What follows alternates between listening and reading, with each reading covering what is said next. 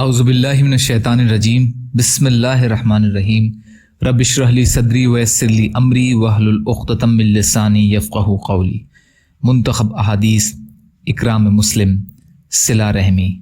حضرت عبداللہ بن عمر رضی اللہ عنہما فرماتے ہیں کہ میں نے رسول اللہ صلی اللہ علیہ وسلم کو یہ ارشاد فرماتے ہوئے سنا، جو شخص اپنے والد کی وفات کے بعد ان کے ساتھ صلہ رحمی کرنا چاہے جبکہ وہ قبر میں ہیں، تو اس کو چاہیے کہ اپنے باپ کے بھائیوں کے ساتھ اچھا سلوک کرے۔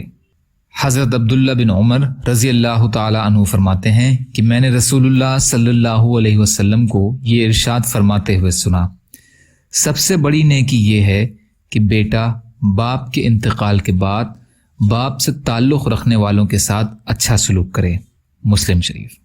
حضرت انس بن مالک رضی اللہ عنہ روایت کرتے ہیں کہ رسول اللہ صلی اللہ علیہ وسلم نے ارشاد فرمایا، جس شخص کو یہ پسند ہو کہ اس کی عمر دراز کی جائے اور اس کے رزق کو بڑھا دیا جائے، اس کو چاہیے کہ اپنے والدین کے ساتھ اچھا سلوک کرے اور رشتہ داروں کے ساتھ صلہ رحمی کرے۔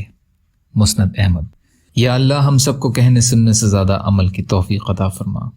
یا اللہ جو مظلوم ہیں ان کی مدد فرما، جو پریشان حال ہیں ان کی پریشانیوں کو دور کر دیجیے، جو قرض میں ہیں ان کے قرضوں کو ادا کرا دیجیے۔ یا اللہ آپ قادر مطلق ہیں، آپ کے لیے ہر چیز آسان ہے، ہمارے لیے بھی آسانیاں پیدا فرمائیے۔ یا اللہ ہر خیر کی چیز میں برکت عطا فرمائیے، ہر شر کی چیز سے ہماری حفاظت فرمائیے۔ یا اللہ جو مانگا وہ بھی عطا کر دیجیے، جو بھول گئے ہوں اپنے فضل کرم سے عطا فرمائیے۔ یا اللہ جو دنیا سے چلے گئے ان کی مغفرت فرمائیے۔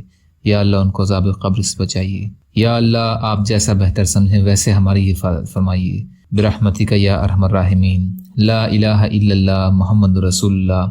السلام علیکم۔